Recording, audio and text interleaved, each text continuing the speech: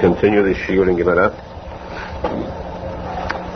The Gemara brings a pasuk, sentence in Navi, which says, these are the giborim, that means powerful people, but the Gemara refers us to this. These are the powerful acts, Asher David, relating to King David, Yoshev, the Shevet, who sat in wisdom, Rosh Hashalishi, the head of the great three, Hu Adino Ha'atzani, he is the soft, hard one, Al Shmona Me'ot Halal, over 800 dead bodies. That's what the pasuk says in Navi, and the Gemara is going to explain it now. 800 dead bodies at one time. The Gemara says the meaning of it is this: these are the powerful acts of King David, the greatness of King David.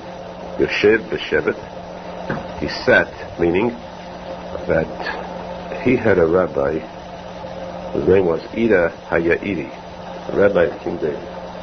This rabbi taught King David and taught the other great rabbis at that time, and this rabbi would sit on soft seat, high cushions, pillows. When his rabbi passed away, King David then became the chief rabbi, and in his humbleness, his modesty, he removed all these pillows and sat on the ground in order to learn and teach Torah. This was the humbleness of King David. For this, Tachkemuni, wisdom, Hashem said to King David, for this I bless you, that you will be like me. Of course, you humble yourself, you'll be like me. Just as when I issue a decree, it must be fulfilled, that's how you will be the same manner. You will issue a decree, heaven will be, kaviyachol, forced to fulfill your decree.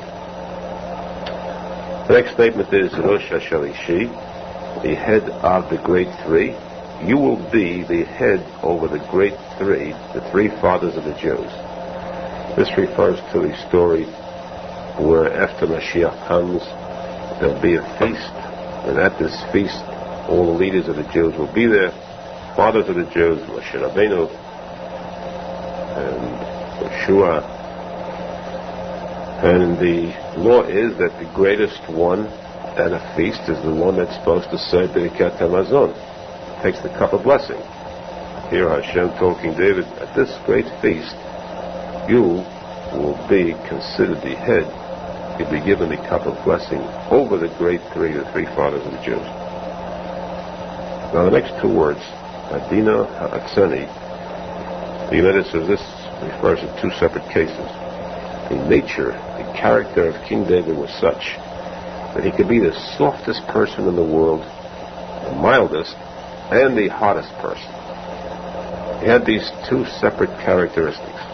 When he sat and studied Torah, he was Adino, it means he was mild, pliable, flexible, like a worm.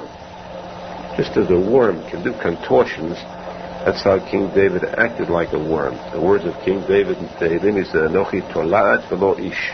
I am a worm and not a person. That's how humble he was. His anivut, his modesty was so great, he said that I am next to any person, I am a worm. So though he was a chief rabbi, still when he came a chance for somebody to state any item, any bit of knowledge from Torah, and he lowered himself to listen to that person no matter who the person was. This was during the time of learning Torah. He was that soft and pliable. But when he came to battle, to war, then he became hard as a board. At Sani comes to the word it's, wood, like a tree. He became hard as a board, and in battle, he had this power where he would shoot one arrow with such tremendous force that this one arrow would propel itself through 800 of the enemy at one time. He'd kill 800 soldiers with this one single arrow. And about this, King David cried.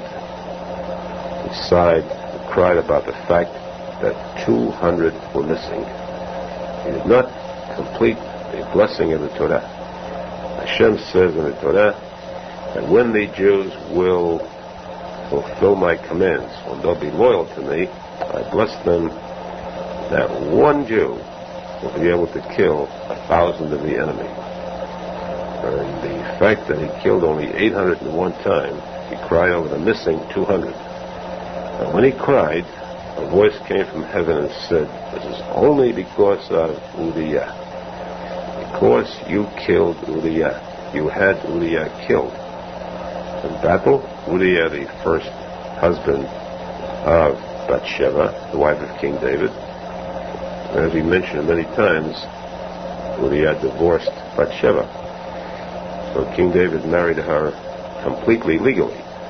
Plus the fact that Uriah should never have married her in the first place. It was so destined that she was the zivug of King David originally. For certain reasons, it says that she had to fall into the hands of Uriah first.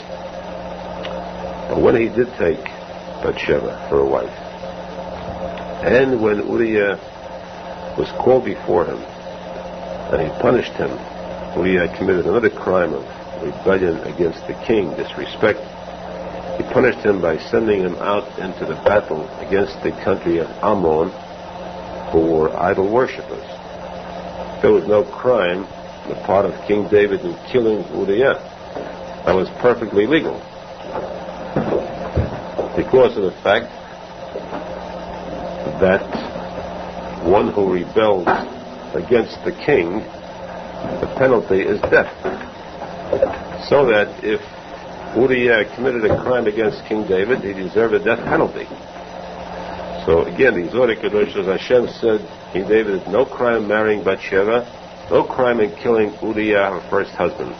What was this wrong? On which the voice came from heaven and said, you missed out on 200 soldiers of the enemy. This miracle of killing 1,000 at a time. You killed only 800 because of the crime of Uriah, because he sent Uriah to battle against the country of Ammon to be killed by Ammon. Had King David killed him himself, it would have been fine. But he sent him to be killed by Ammon, and the Ammonites had swords on which were carved out the pictures of their idols. To have this Jew killed by a sword which had the picture of the idol on it, for this, King David was punished, that the blessing of Hashem in the Torah was not fulfilled to him completely. He killed only 800 at a time instead of 1,000.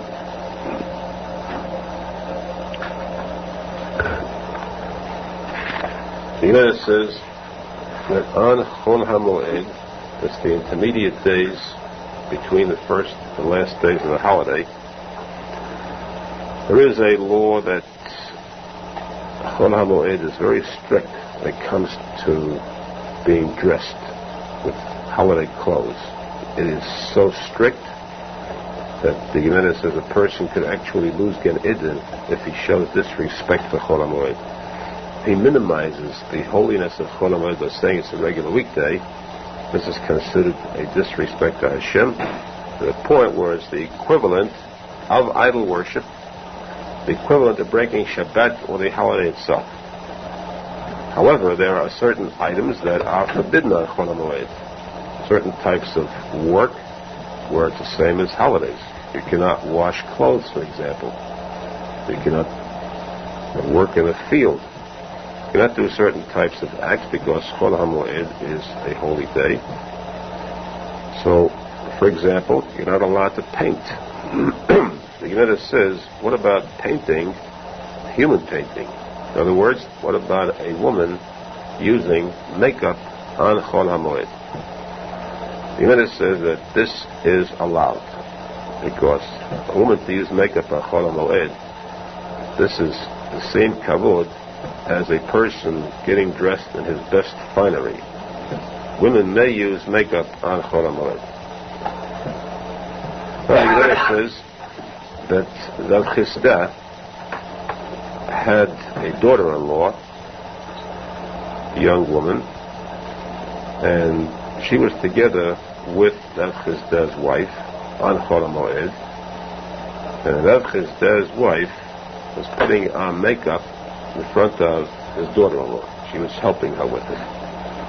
Rav Chisda had a student who asked Rav Chisda, "Isn't this breaking the holiday?" When the Gemara tells us that a woman may put on makeup on Chol Moed, doesn't this refer only to a young woman who needs it, for its finery? Where does an old woman come to be putting on makeup? What does she need the makeup for? You can't become young again with makeup. For her, it's not considered finery. She can get along without it. Rav Chisda said, "Let me teach you something about women." This, and he used the word heaven, testifies to this fact. That your mother, he said, and your mother's mother, your grandmother, and even if you have one older than that, who is at the foot of the grave, about to go to her grave, they too may put on makeup on Chol Moed. Because in this respect, women are vain. They cannot live without makeup. For them, makeup is as important as clothing, and more so. There is no difference between a woman 6 or 60. So therefore, when we say that makeup is permissible of women on Chol Moed, this refers to women of all ages. We cannot differentiate between one age and the other.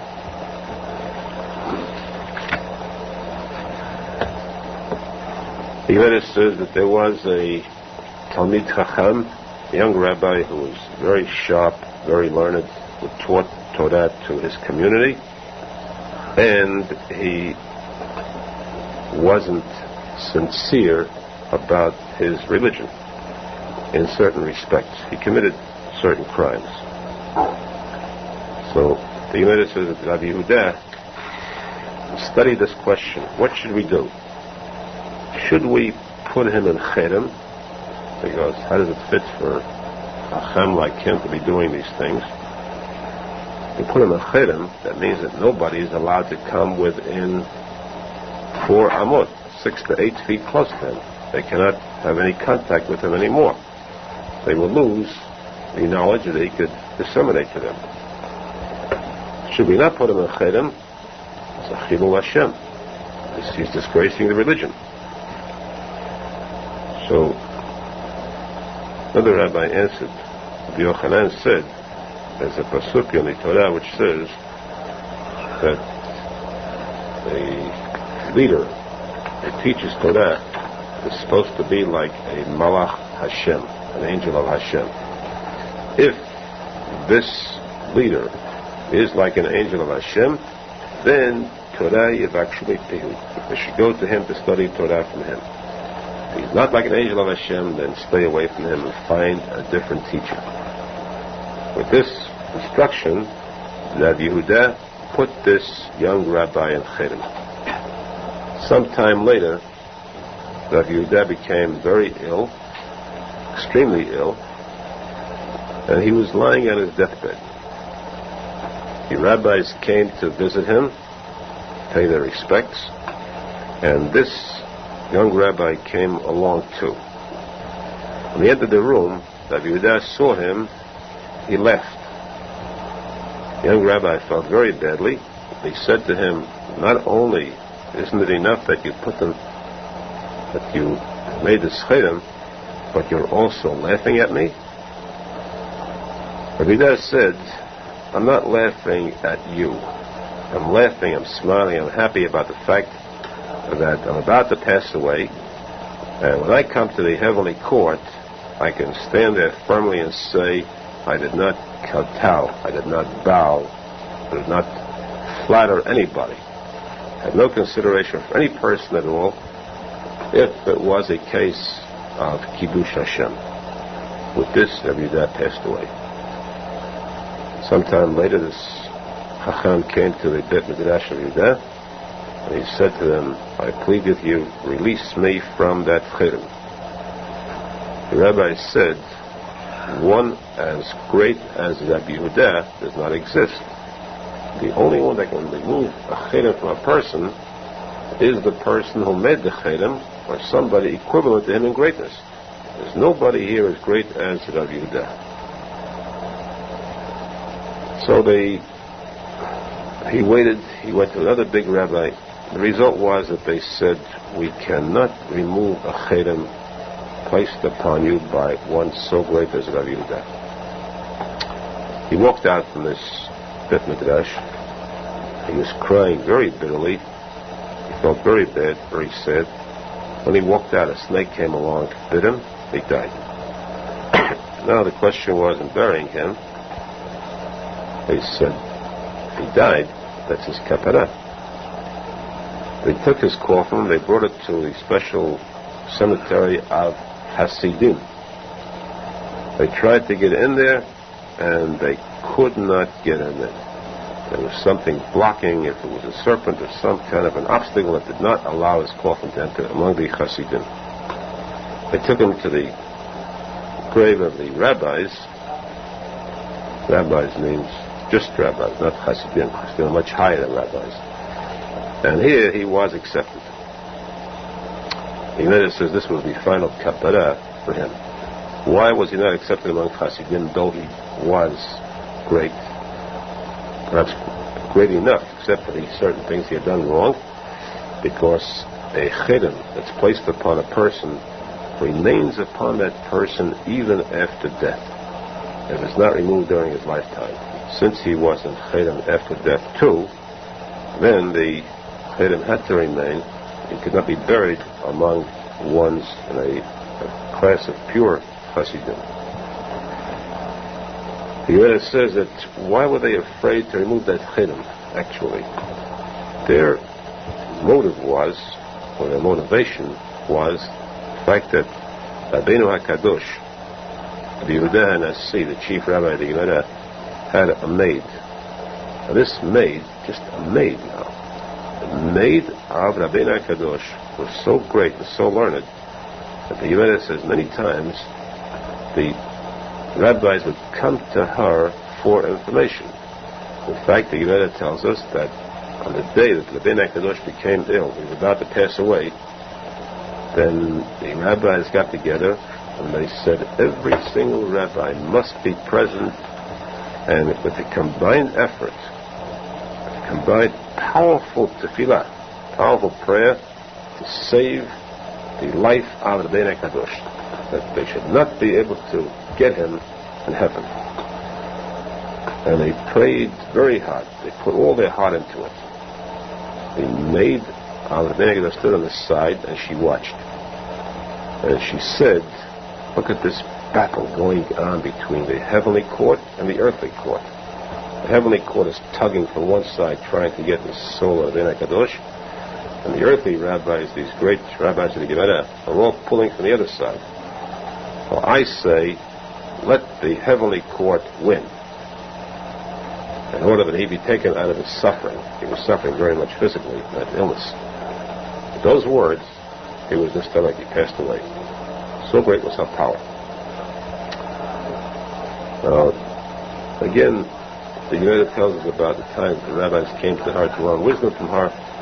There's no explanation in the Gemara as to the reason for this. What made this maid so great? There were rabbis who were speaking about the rabbis of the Gemara, such great ones, holy ones. How could a maid be greater than these rabbis? Arizal, the Kadosh explains, he sheds light on this, and he says that who was this maid? We just mentioned the Gemara as a maid of Rabbeinu HaKadosh. The Gemara tells us that when the Jews stood at the Red Sea and they sang the song of the sea, as Yashida Moshe B'nai Yisrael Yashida Azot, a song of praise to Hashem as dividing of the waters of the Red Sea. The Gemara says that every one of the Jews there saw the Shekhinah. So great was that moment of holiness that the Jews were all zochet to see the Shekhinah. even a child, even an unborn child. The Gemara says that an unborn child could see inside, in his mother's stomach, he could see through and see the Shekhinah. The Gemara says then that later on there was a Navi, Yechezkel Navi, who relates that he saw a vision of the Merkavah. That's the highest vision possible, describing the Merkavah in heaven, the throne of Hashem and how it's carried by certain special angels. This whole descriptive order of the vision of Yechezkel Navi. And this is called Ma'aseh Merkavah, where all the Kabbalah revolves around that vision of Yechezkel. So the Gemara says that an ordinary, every Jew at the Red Sea, even a maid, saw more higher Kedusha than Yechezkel Hanavi saw in this vision of the Merkavah. Rabbi Kadosh says, do you want to know the secret of the maid of Rabbeinu Kadosh? Why the Gemara says that she was so wise that the rabbis of the Gemara came to her for information. Why she was so powerful that with her prayers she could overrule the prayers of all the rabbis of the Gemara. When she made one statement and said, in this battle between heaven and earth, I say let heaven succeed against all the rabbis of the Gemara, and immediately she won. She was Nistalik, Rabbeinu Kadosh. Because she was the Gilgul of that maid the Gemara speaks about. This maid who had seen the Shekhinah, this was the maid of Rabbeinu Kadosh. Now the Gemara says, what was their purpose? Why did they refuse to remove the Cherem from this Talmid Chacham? Because they said, if the maid of Rabbeinu Kadosh once put a person in Cherem, and nobody removed that Cherem, how can we remove the Cherem of our rabbi when he put a man in Cherem? The Gemara says, when did she put a man in Cherem? The Gemara says that she once saw a man striking his son, a grown son. When she saw that, she said, I declare this man in Cherem, because he's committing the sin of do not place a stumbling block in front of a blind man. That means do not cause a person to fall into a pit. He's blind. At the moment he's blind. Don't do something. This doesn't mean by a really blind man. Blind is he who does not see or doesn't understand. If you give a person wrong instructions, wrong directions, that person is blind in this respect. You're misleading him. That's breaking the law of putting a stumbling block in front of a blind man. If you lead a person to sin, then you're causing that person to fall into a pit. So, breaking the law of putting a stumbling block in front of a blind man. So here, by striking a grown son, this means really hitting him hard, the son will lose himself, and he may strike back. And a son who hits a father, the penalty is automatically death. So he is he's leading his son to the possibility of a death penalty. He'll make his son lose himself. A young child, there's no problem. But a grown son who is used to battling, hitting back, might lose himself, and therefore he is causing this possible stumbling block. Therefore he's to be put in the Cherem. This was the Cherem that she used, and the question, of course, why does this pasuk refer to striking a son only? Because a daughter is not the kind, there's no fear. If a man, let's say, was striking his daughter, you haven't got this Cherem for it. A daughter is not the kind who strikes back. A girl doesn't have that nature. So this applies only to striking a son, and the penalty for it, she said, was because he broke this sin, the power that was vested in her, she placed it in a Cherem, and no rabbi dared to remove that Cherem. Therefore, in this case, too, they said, we cannot remove the Cherem of our rabbi who would put this Chacham in the Cherem. He later goes further on this topic and says that Rish Lakish, who was the biggest student of Rabbi Yochanan, was once working as a guard in a plant. Not a plant, but a field. A man came in, a stranger, and he started to eat figs in that field. The Shlakish was originally the head of a band of thieves, very powerful. He let out a roar for this man to stop stealing these figs. And the man refused. Actually, it was, commentaries say it was customary for a person in that city to walk into somebody else's field, to eat, and to pay for it later. Ordinarily, it's considered gizela, stealing. But where it's a custom, then it's permissible. But the Shlakish was a guard there, so he told him to stop eating, and the man refused. The Shlakish said, I put you in chilul. He was a student of Yochanan, he was a big rabbi already. The man retorted, on the contrary, I put you in chilul. And with that, the man got up and left. The man said to him, I owe you something? I owe you money, not chilul. Why put me in chilul? Collect money, don't put me in chilul, because you put me in chilul illegally, I put you in chilul, and goodbye. The man left. So the Shlakish was worried. The man came out with a statement, I put you in chilul, there's a problem. So he came to his rabbi, and he said to him, he asked Rabbi, what's the rule here? Whose chilul took effect? Or did both of them? The reply was, your chilul is void. It was done by error. His chilul is legal, and you are in chilul. So he said, what can I do? The only thing you can do, he said, is to go to this man and have him remove it. Beg him to remove it from you. So he said, I never saw the man in my life. There's no way I can ever find him again. It's impossible to locate him. So in that case, you have to go to the chief rabbi, who then we know surely is at least as great as him or greater, and only he can remove the chilul. This law we have, the person was put in chilul. He doesn't know who the one that put him in chilul is, if he has the power to do it, or how great he is, in case of doubt like that. The only solution is to go to the chief rabbi at the time of the generation.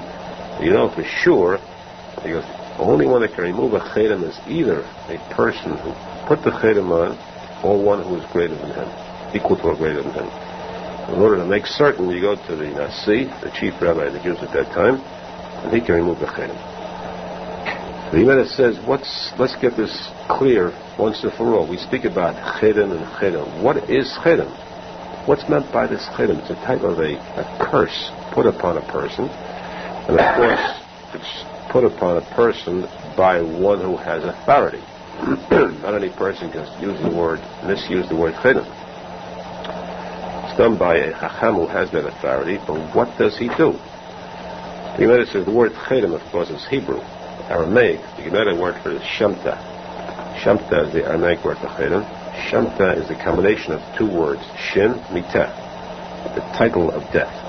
This is like placing an aura of death around a person. It makes the person to be placed in a category of a corpse. There's no more contact with the living. Also, the Shlakish explained that why do we call it chilul?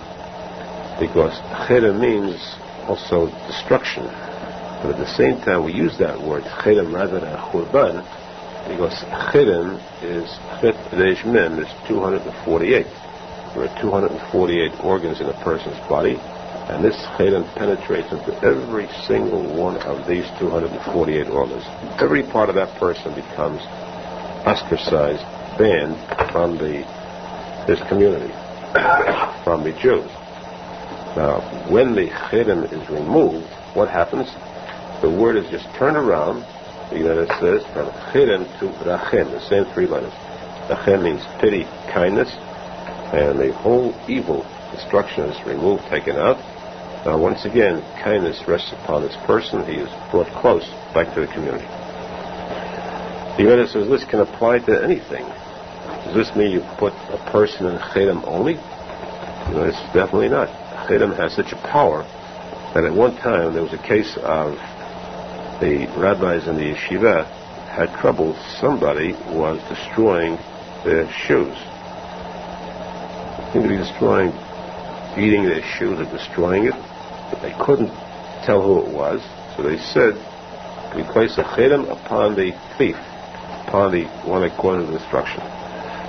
And they saw a dog nearby whose tail suddenly caught fire. The chedem had landed upon this dog, the guilty culprit, and so quickly did it act. Destruction caught this dog in its grasp, and the tail of the dog caught fire, and naturally this fire consumed the entire dog. This death of the chedem consumed the dog. So strong and so effective is this chedem.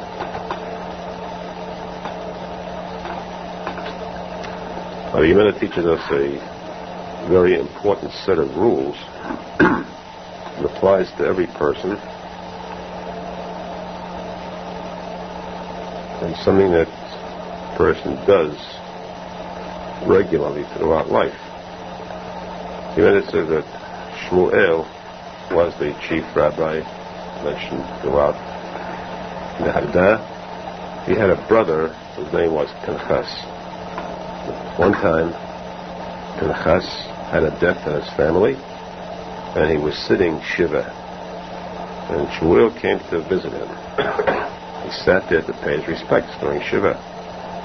He noticed that Pinchas's nails were very long. He hadn't cut them. So Shmuel said to Pinchas, why don't you cut your nails? You know that nails, all the tum'ah, all the evil spirits assemble and they accumulate and they adhere to the nails of a person. Nails and hair, two parts of the body, all report the tum'ah. The evil spirits adhere to a person is long nails and long hair, except the peyot. The rest of the hair and the nails is where all the tum'ah accumulates. How come you have long nails? So Pinchas cried out, if you were an Abel, if you were mourning, would you consider your looks so carefully as to cut your nails? Now with this, the United says that the person, not just the chacham and tzadik, every person must watch his tongue. Always watch your tongue, because if you let a word out of your mouth that's not carefully stated, the Satan has a right to grab those words and use it against you. This is what we say is tiftach te the Satan. Don't open your mouth to the Satan. Don't say something which is suggestive. Say a person, if you were sick, if you had this illness or something, never let those words out of your mouth, because Satan can then say, you did it to yourself. You can take those words and bring it to reality. Immediately afterwards, Shmuel was in Abel. He was in Abel, he was sitting Shiva, and Pinchas came to visit him. Shmuel then went in front and cut his nails, took them and threw them at Pinchas's face, right at his face. And he said, don't you hold of the fact that a brit, a treaty, power in the tongue of a person? By saying anything at all, you can make it come true. You will invite disaster by saying things. Especially a tzaddik who says things, the word comes out of his mouth, it comes true. We find this explicitly in the case of Avraham Avinu. He went with his son to the Akedah. In the Pasuk we find that when he reached the place of the Akedah, Avraham Avinu he had with him his two boys, Yishmael and Eliezer.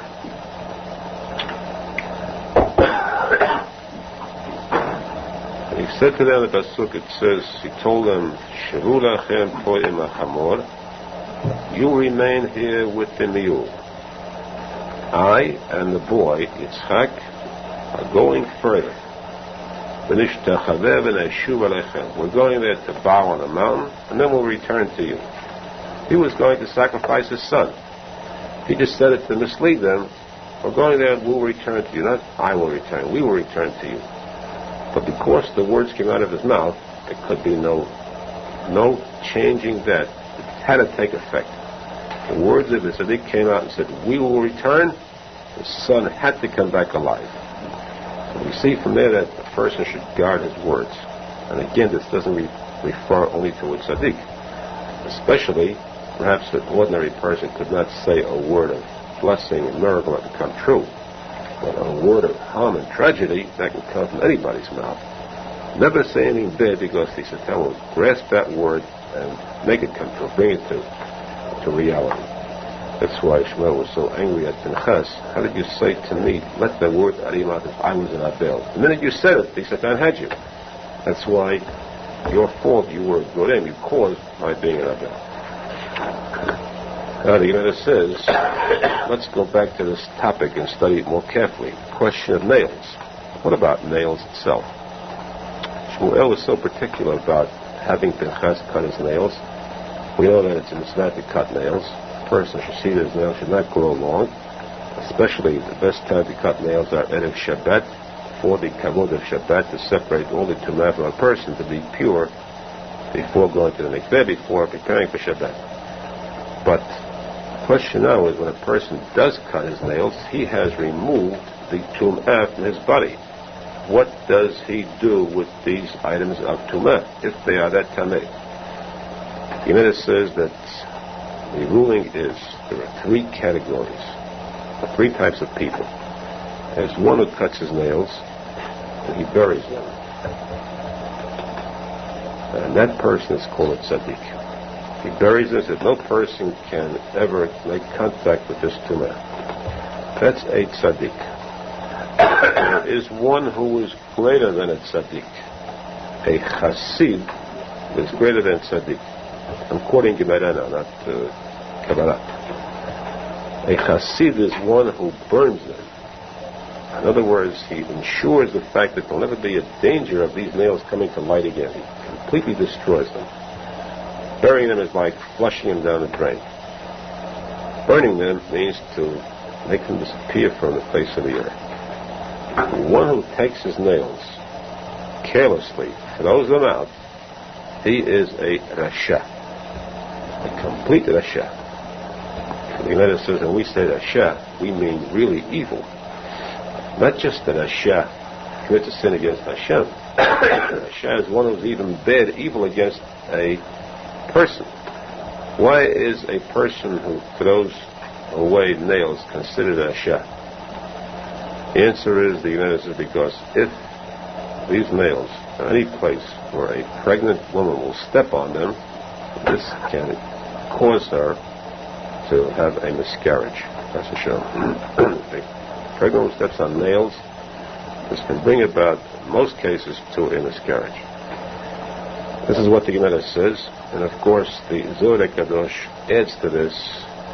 This does not mean that only a pregnant woman can be harmed. Every person who steps on nails can be harmed.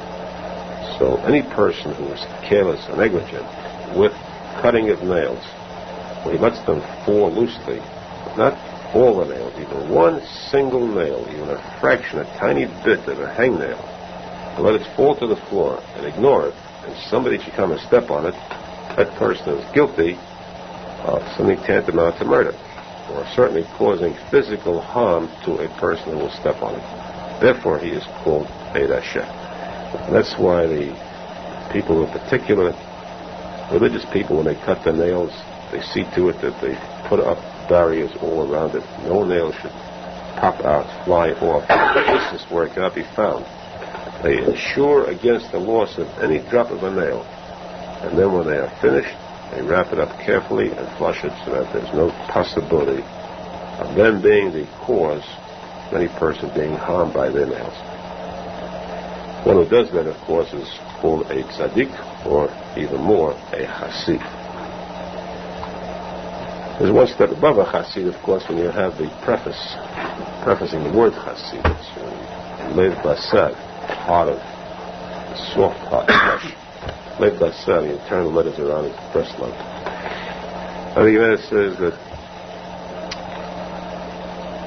Paro, every Egyptian king was called Paro, but the one that lived in the time of Moshe Rabbeinu, Well, had contact with Moshe Rabbeinu. The miracles were done. He 10 plagues. He was very short. He was a midget, about 2 feet tall. His beard, too, was 2 feet long.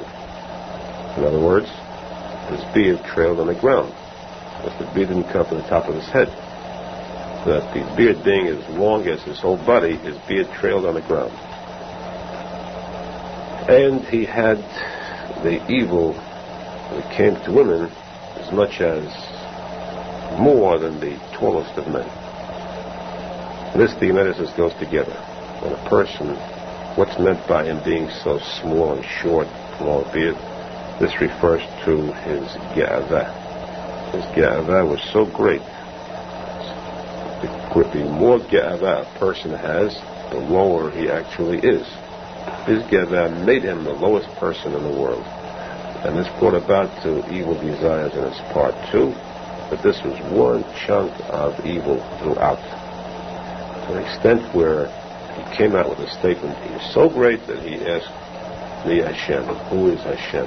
That's the extent of his ge'avah, how far it reached.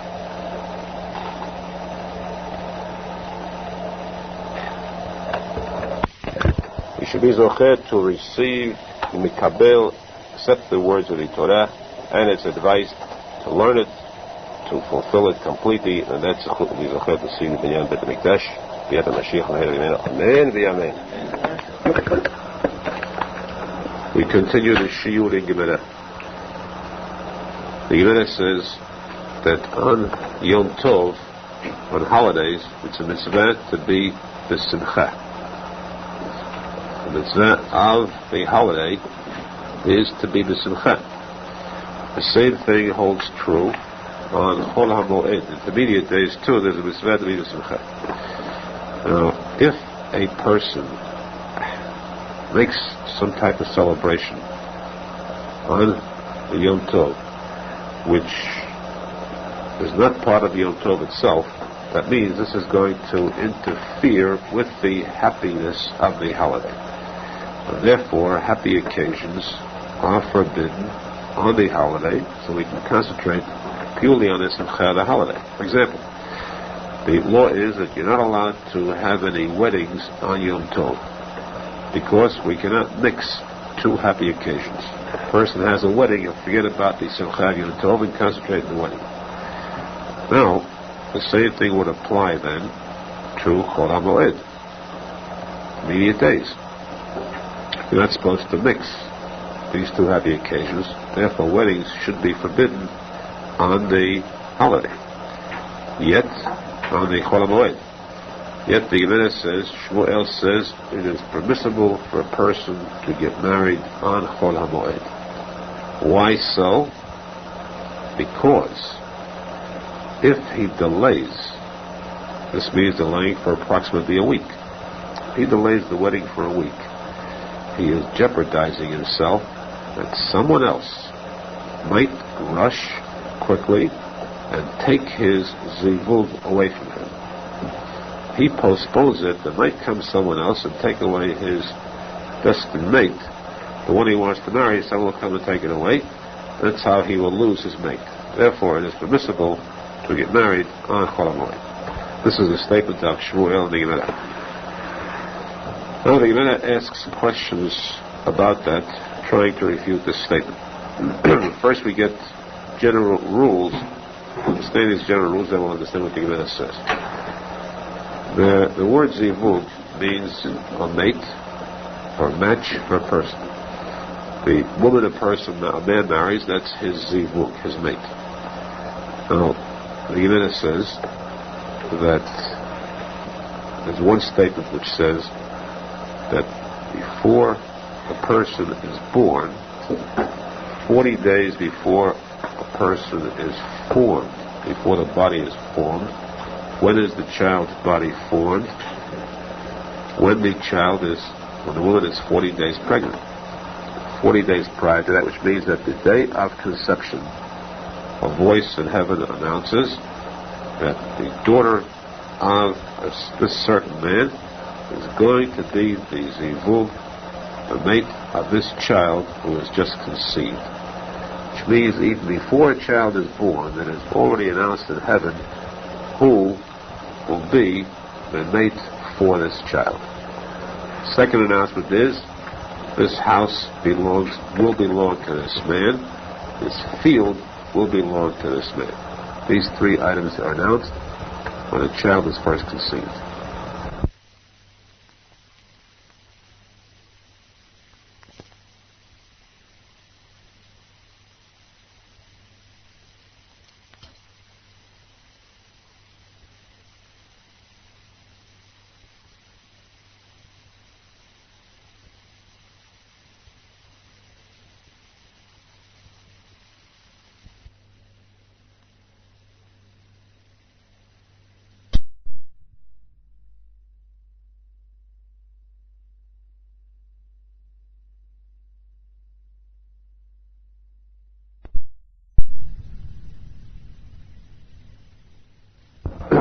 Now let's understand that a little clearer.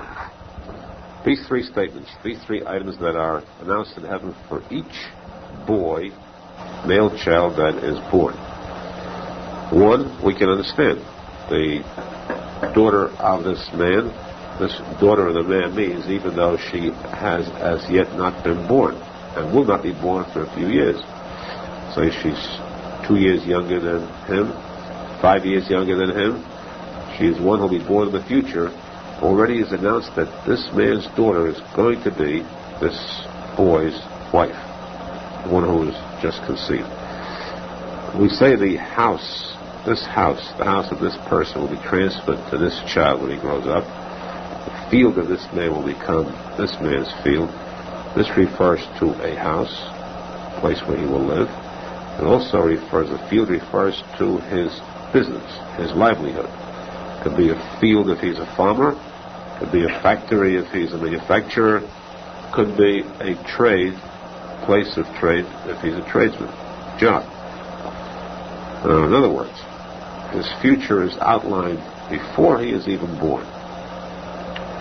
I got why, by the way, that means why are these two other items announced? We are dealing now primarily with the zivug, the mate of a person. Why announce to a house in the field? This refers to a different place where the Gemara says, as advice. If you want to get married, do not get married when you are penniless. You're not prepared for it. Prepare yourself first. See that you have a means for a house, making a house. See that you have a means of livelihood, and then get married. But it is brought the fact that every law that exists, every item of information, is found in the word Bereshit, first word of the Torah. Bereshit means Bayit Reshit. A house first, and then get married. Because the Gemara brings that question: should a person prepare himself first with a house, build a house first, and then bring his wife in, or the other way around? The Gemara says Hashem prepared a home for Adam, and then he gave him his wife. So that this was a lesson for Reshit, Bayit Reshit, a house first, and then Yisa Isha, then he should marry a woman.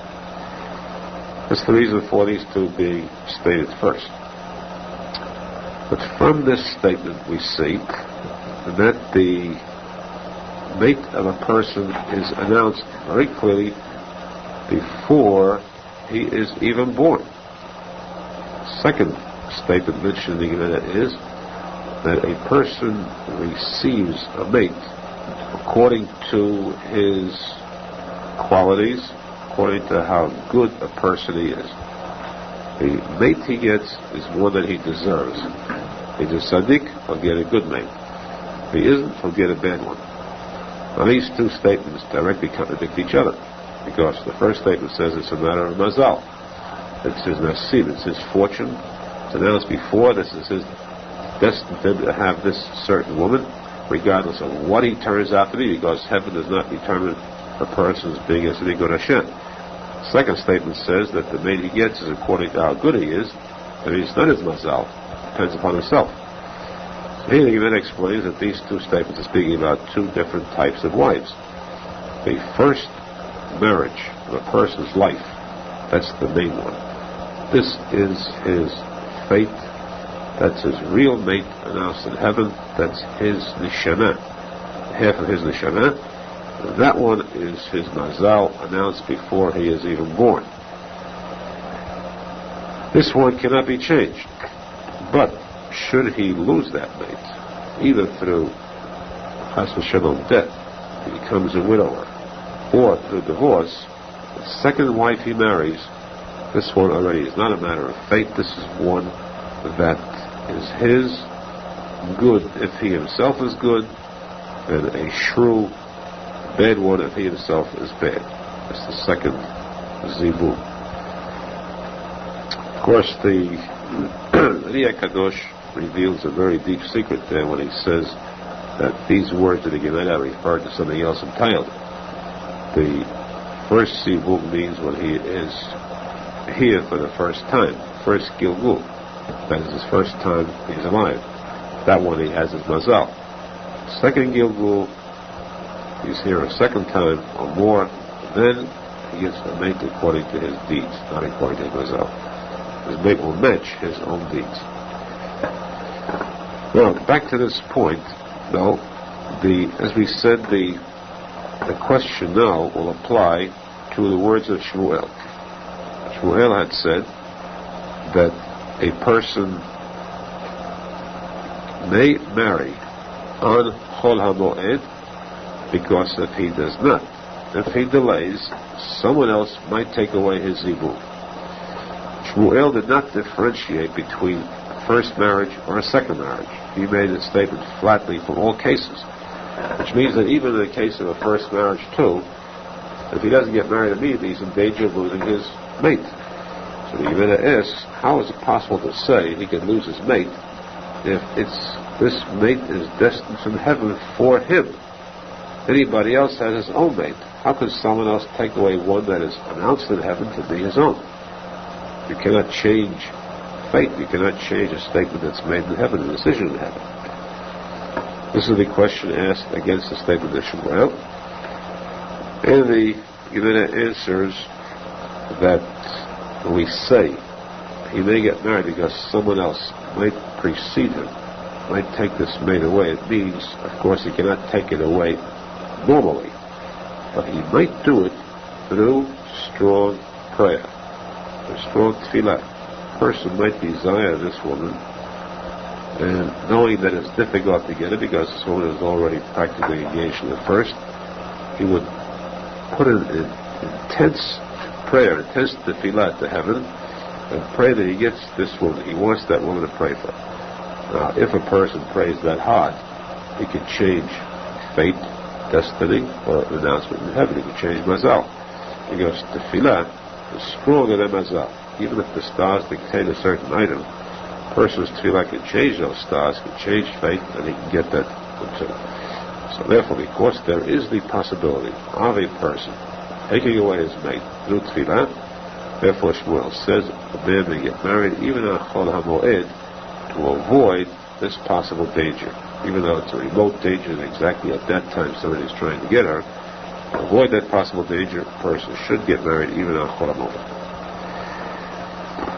Now the Gemara says, we have just established that it is possible for a person to even take away someone else's mate through prayer, let alone his own. His own, he doesn't have to pray for it. His own he gets without prayer, his mazal. But even to take someone else's mate with prayer and destroy that person's mazal by taking away his mate, how about that prayer? Is it a good tefillah? And will it prove successful in the future? The Gemara states a case of Rava. Rava was the chief rabbi at the time. He overheard a man praying. This man was praying to Hashem, a lot of kavanah. Hashem, give me that woman. I want that woman. This is the one I want for my mate.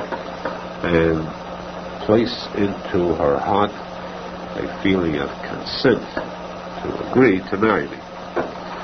That overheard that, and he said to this man, you should not pray for a thing like that, because either way you're wrong.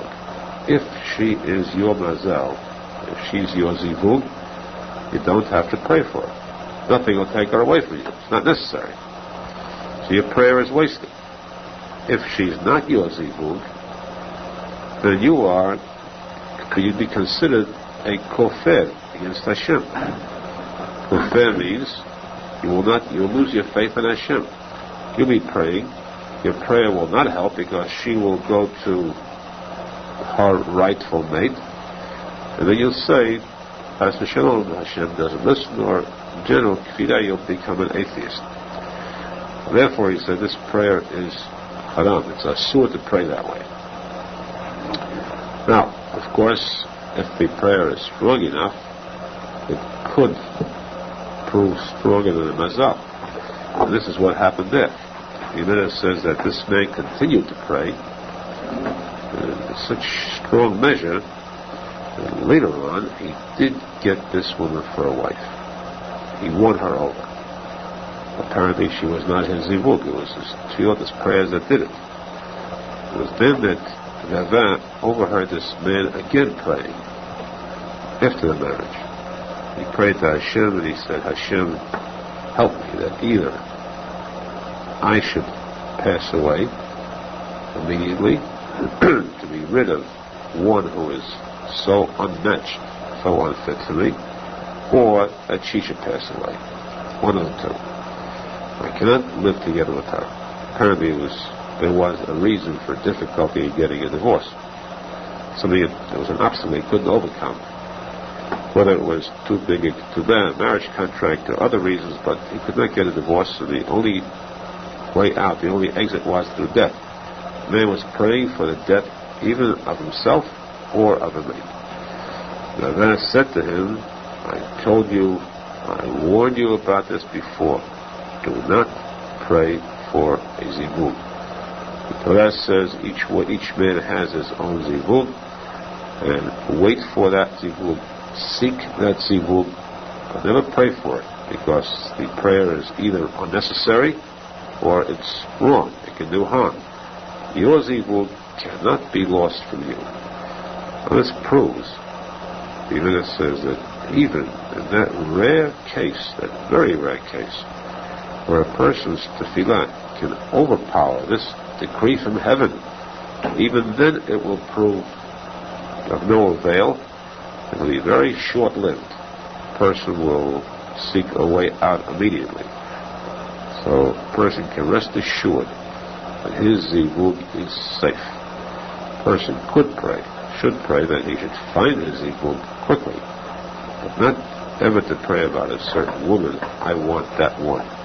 It may not be the right zivug, and a lot of damage can be caused. In the case of the second marriage, then naturally a person doesn't have to pray either. Then in order to get the right kind of a zivug, a person should purify himself, do Teshuva, do Mitzvot. Automatically you have one that will match him. Now, in the matter of zivug, Zohar Kadosh says that why is this so positive, that one has a zivug who will not leave him? The reason is that when a person is first born, there's half of his neshama that comes down with him. A man is born, until he's married, he possesses only one half of a neshama.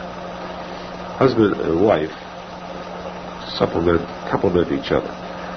Together they form one whole organism, one whole neshama. Until a person is married, he's considered only half. When he becomes married, then he's a full, complete person. This the Gemara tells us from the sentence by creation of Adam and Chava, where it says, Zachar u'nekeva b'ra'am, Hashem created them, male and female, and Adam. And he called them, both together he called Adam. So Adam was created. Was it Adam created? It was Adam and Eve, Adam and Chava. Together they were called Adam one, because that is one single neshama. When a person is born, this is separated, it's divided in two, and sent down separately. Eventually, he's got to go out and seek his other half. That's why Rabbi Nachman says in the Gemara in Kiddushin that who should do the seeking? Should a woman go out and seek a husband, or should she be passive and have a man seek her? Rabbi Nachman says a man loses something, who goes looking for whom? Does the lost article look for the owner, or does the owner look for the lost article? Naturally, the owner looks for the lost article, since the major part of the neshama, the upper part, which is the owner, has lost the lower part. We call that the rib. The loser should go seek this lost article, and that's why the nature is that a man goes out to seek a mate. It's the man who is the aggressive one going out to seek. The woman is supposed to be passive and let herself be found by the right mate. Additionally, the Zohar says that since these two are one neshama, they can never be separated, even after death. Even though, this is the chidush, even though one of the 613 mitzvot of the Torah is that if a man is married to a woman and then he divorces her, and the woman goes and marries a second husband, and then the second one dies or he divorces her, never again can she ever return to her first husband. Once she has remarried, she can never go back to her first husband anymore during his lifetime. Yet, if she marries a second time after the first husband has died, in Olam Haba, she does go back to her first husband, because that is her real other half of the neshama. In addition, the Arizal says that after a person passes away and he is found lacking in heaven, the heavenly court, he does not have enough mitzvot, he must come back as a Gilgul. He comes back as a Gilgul. A woman does not have the law of Gilgul. A woman is never sent back as a Gilgul. She has lived, no matter what happens, she doesn't come back, except reincarnation, to be reborn. Except if her husband comes back, then she's forced to come back with him.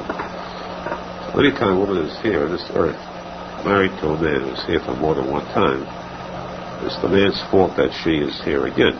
She could have been settled there already. This the Zohar Kadosh shows from the pasuk in the Torah, Kohelet, where it says Dor Olech v'Dor Ba.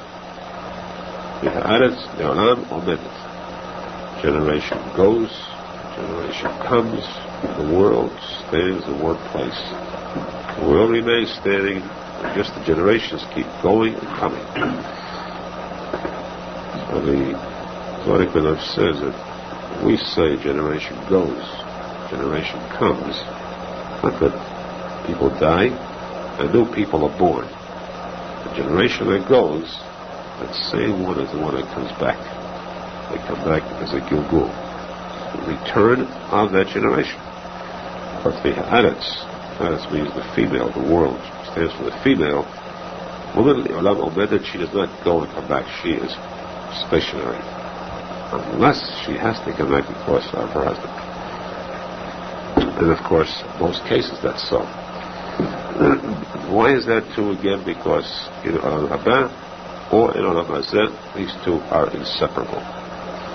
That's why the Gemara stresses so strongly, never try to pray for one when you are not sure that's yours ibud.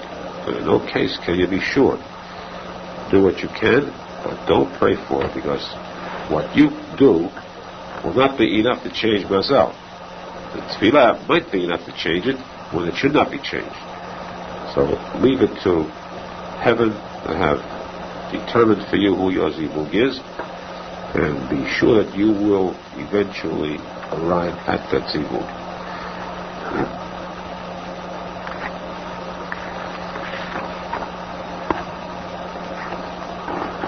The Gemara says that a person meets a friend of his. This friend had suffered a loss, tragedy in the family. Someone in the family, a relative, had passed away. He was in Abel, a mourner, and he meets him after 12 months' time. Now, there are two things about a mourner. In the case of 5 relatives, the mourning period is 30 days maximum. For a brother, sister, son, daughter, husband, or wife, those 5, the mourning period is 30 days. For a father and mother, the mourning period is a full 12 months. That's as far as the mourning period is concerned. As far as the easing of the pain, forgetting about this tragedy, having it leave the person's mind, it takes 12 months in all cases for a deceased person to leave the mind of the person, to sort of forget, reach a point of forgetting. The Gemara says that if a person meets his friend and more than 12 months have passed since the date of the tragedy in his family, and he speaks to him words of condolences, words of consolation over his loss, and this is the equivalent to a person who had broken his leg, and then he spent time with having it cured. It's finally mended. It's normal again. A friend of his, a doctor, met him and said, "Come to me. I have better medicines. I'll break the leg for you again, and I'll cure it so that you'll see how good my medicines are." Same thing as a person who meets one who has already forgotten about his tragedy. He starts speaking to him, "I'm so sorry for you. What sad event happened to you?" He brings up things that are forgotten, brings up the old wound, opens up an old wound, and instead of consoling him, does much harm. It's like the doctor breaking the leg again. A person should know how to approach, how to act, how to speak to one who has suffered a tragedy, know when it's a mitzvah to speak and when it's a mitzvah to be silent.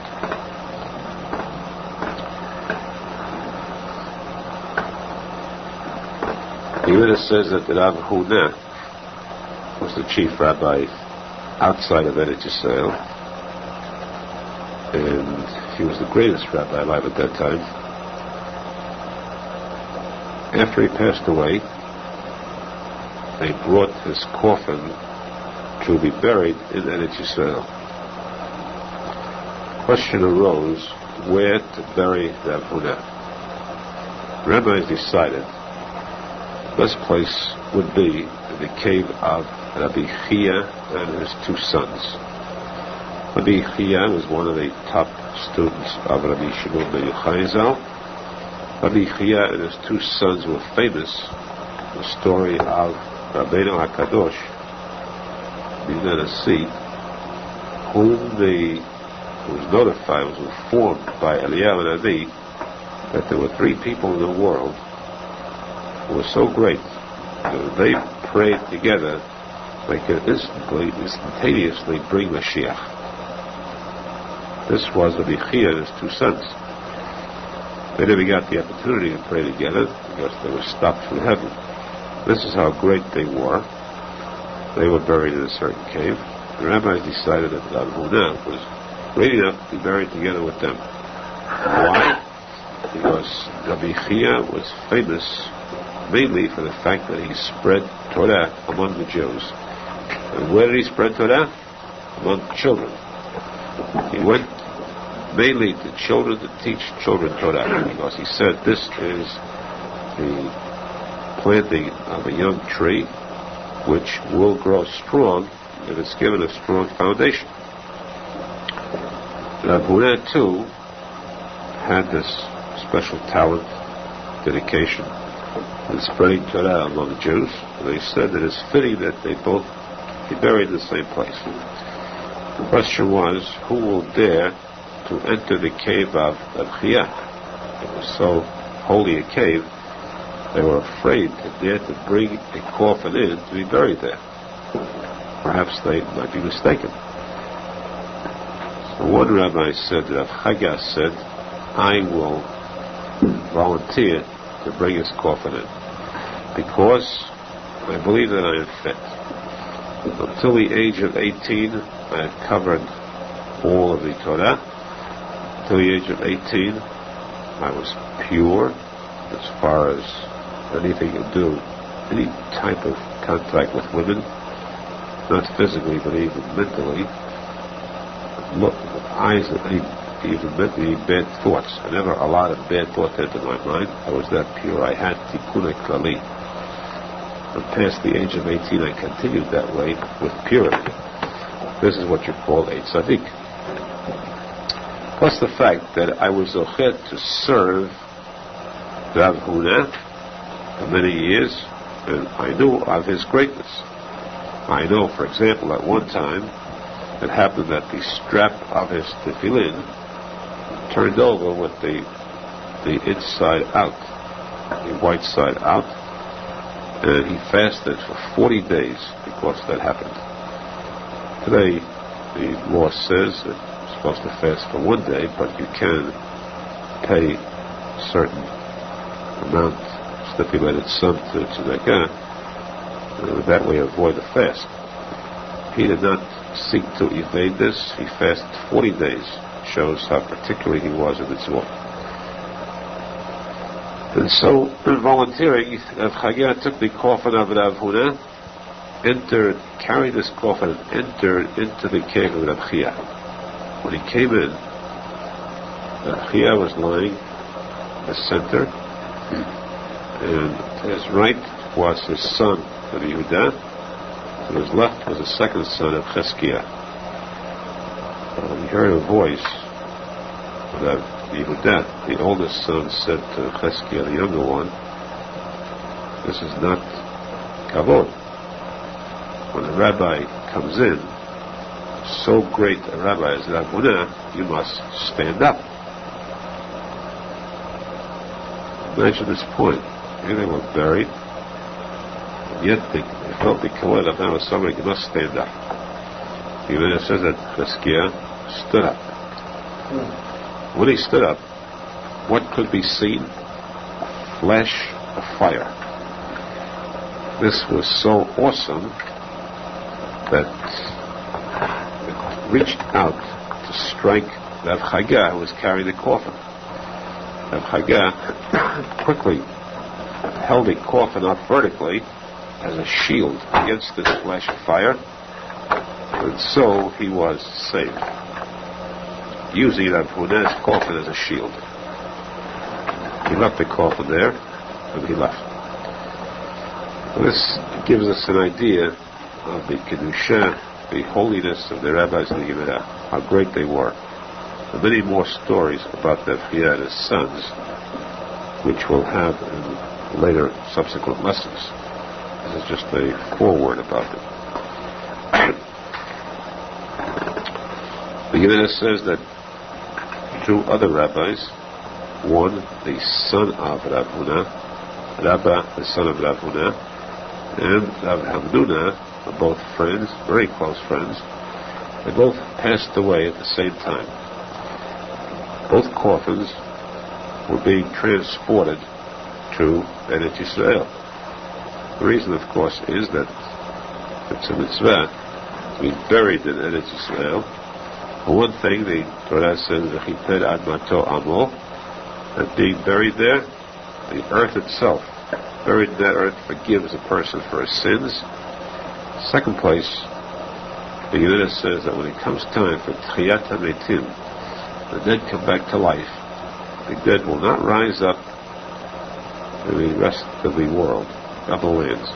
Only those buried in Eretz Yisrael will come back to life. None who are buried outside of Eretz Yisrael. The Gemara says, what about tzadikim who are buried outside of Eretz Yisrael? Will they rise up? Can we say they will not come back to life? Chas v'shalom? So the Gemara says, definitely not. They cannot come back to life outside of Eretz Yisrael. They will have to roll along under the ground to get to Eretz Yisrael, and there they will rise up. And this, of course, is, in a sense, Yisurim. suffering for the body to have to go through this. This is called Gilgul Mechilot. Gilgul means rolling. Mechilot means tunnels. Rolling through tunnels under the ground to get to Eretz Yisrael. A person who is buried in Eretz Yisrael is spared this Yisurim. So for these two reasons, people seek to be buried in Eretz Yisrael. Still not as good, of course, as a person who passes away in Eretz Yisrael is buried there. But at least it's better than being buried outside of Eretz Yisrael. And these two rabbis are being brought to Eretz Yisrael. They had two camels carrying these two coffins, and they were walking along side by side. They came to a very narrow bridge. There was room for only one camel to cross at a time. The question was, which camel should go first? Who gets the kavod? It's like going through a door, and when there are two people going through a door, you're supposed to allow the greater one, the elder one, to go first. Here, these two camels stopped, and both waited for the other to go first. Each one of these rabbis was giving kavod to the other. This is after the passing away. They caught them, but they still control the situation. One would give kavod to the other, and neither of the two camels wanted to make the first step. The rabbis were there at this funeral, and they said these two are extending the same mutual respect to each other as during their lifetime. Standing nearby was a goy, businessman, Turk. He said, if I had jurisdiction over this, I could rule over this case, I would say that Rabbi, the son of Rav Huna, should go first. Because certainly the one who himself is a tzadik, and his father too is a tzadik, is greater than one who just himself alone is a tzadik. Rabbi Rav Huna should be the first one to go. When he finished saying that, the camel of Rabbi Rav Huna went ahead, went first, and then the second camel went, which meant that he was right. The next moment, all of his teeth suddenly fell out, this Turk. Now, the question is, why was he punished? He didn't say anything wrong. Apparently he was right. His theory was the correct one. The answer is that though he had said something correct, and though it was not a question of actual law, still it was a statement of law being made. And the Gemara says that one who says law in front of his rabbi is supposed to get a death penalty, or something resembling that. This goy had so many other rabbis there, so many rabbis present, that he dared to speak up and pass judgment in front of all of them. This was his punishment. He lost all his teeth one time. Now, when they came to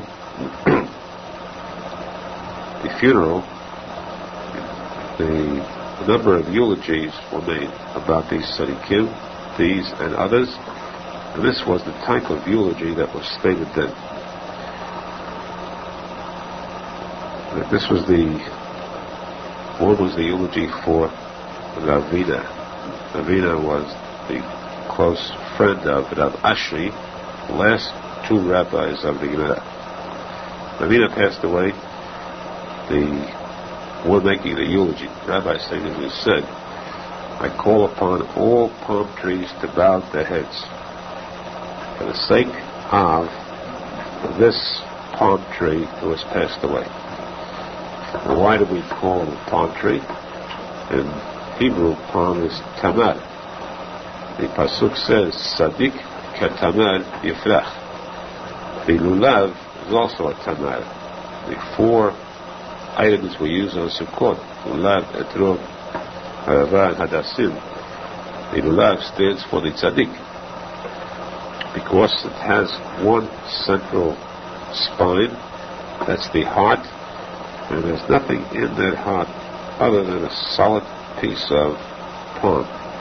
which means that a tzadik has only one heart. He doesn't have two, good and bad.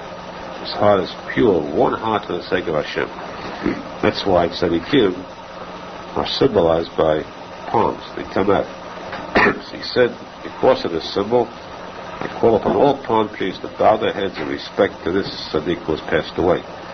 I call upon all people, let us all make night equal to day, to mourn the passing of this great tzaddik by night as well as by day, for this tzaddik who had considered night equal to day when it came to the study of Torah.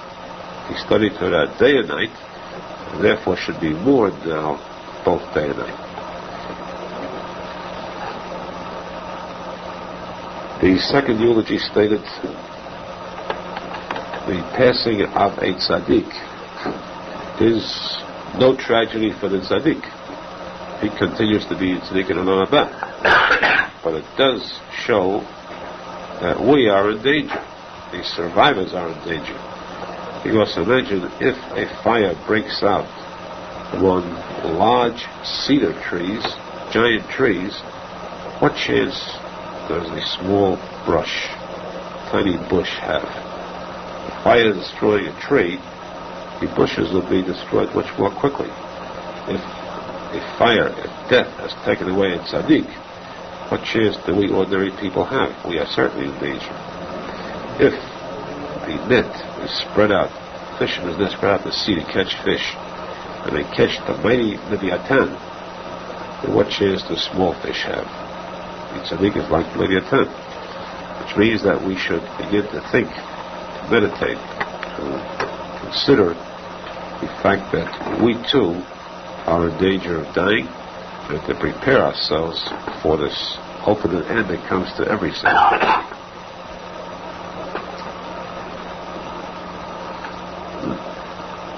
Even it says that when Rabbi Avraham passed away, there were signs shown about the greatness of these tzaddikim, not just by the mourning of people, students and other people, and even items that could never be considered as possible to mourn, joined in this mourning to show that this was a tragedy that affected the entire world. When Yaakov passed away, the walls, the pillars throughout the city where he lived, all began to pour tears, shed water, signs of tears. Now the tzaddik is called tzaddik yisod olam, amud olam, the pillar of the world, and therefore the pillars of the city shed tears too. Even it says when Rabbi Yossi passed away, then the pipes that carried water in that city began to flow blood instead. According to Kabbalah, of course, there are two items. One is called chesed, kindness, and one is called din, judgment. Kindness is always represented by white or by water, judgment by red or by blood. It means that Rabbi Yossi, during his lifetime, had always changed harsh decrees to kindness in heaven. Now that he is gone, by Minan, all these decrees will now revert back again. Kindness will turn back to blood or to din, the judgment. When Rabbi Asi passed away, all the giant trees in that city were completely uprooted. When Rabbi Chia passed away, remember we said that Rabbi Chia was the one buried with his two sons. He passed away. They came crashing down from heaven, stones made of fire. Like hailstones, but fiery hailstones. Show that this was a sign from heaven of how big this tragedy was. When Rabbi Menachem Mendel Schneerson passed away, all the faces of coins were completely smoothed. There was no sign of a coin anymore. All the pictures of the coins were erased. He became smooth because he was so great at tzadik. The Gemara says that he never looked at money. He had no desire for money. He showed that money is evil. And therefore, he never saw what a coin looked like. When he passed away, these coins respected him so much, now in turn show their respect by just losing the entire face. No face showed any of the coins in the entire city. When Rabbi Elisha passed away, there were 70, his zechut, because of his greatness, people in that city protected against robberies. There were never robberies in that city. He passed away, there were 70 robberies that day. When Hamnunah passed away, large boulders, rocks, came crashing down from heaven. When Rabbi and Rabbi Yosef both passed away, the two bridges of the city, which were parallel to each other, both bent over and touched. When Abaye and Rava passed away, and the two bridges too of their opposite cities met. It means as though they were bent over in mourning. These were all miracles to show the greatness of these rabbis, to show that they are represented by every part of the world, which is nourished by them. Not just people live in their zechut, but everything in existence lives in the zechut of the tzadik. Tzadik is so alam. The tzadik is the foundation of the world, every single part of the world.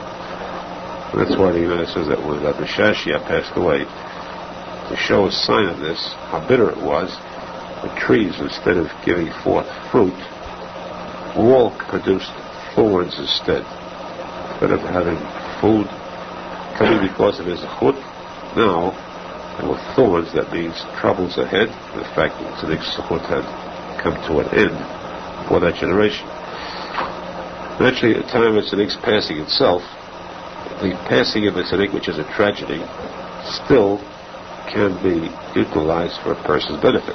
Because crying at the funeral of a tzaddik, the passing of a tzaddik, any time later, is something that gives a person a zechut that is so great that it forgives for his sins.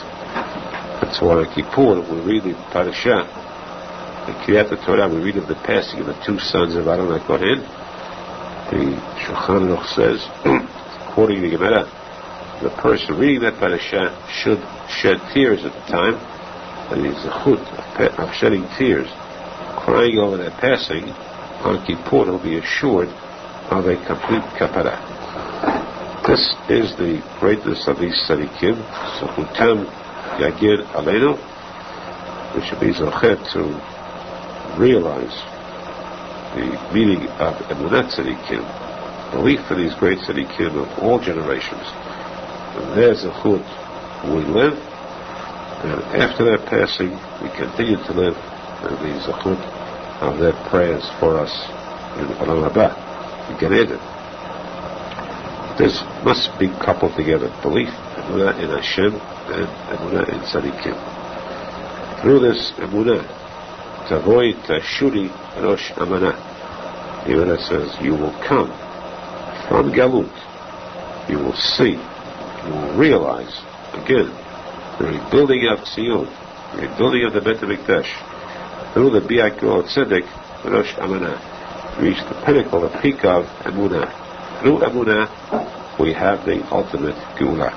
We have Yamenu, Amen, Amen.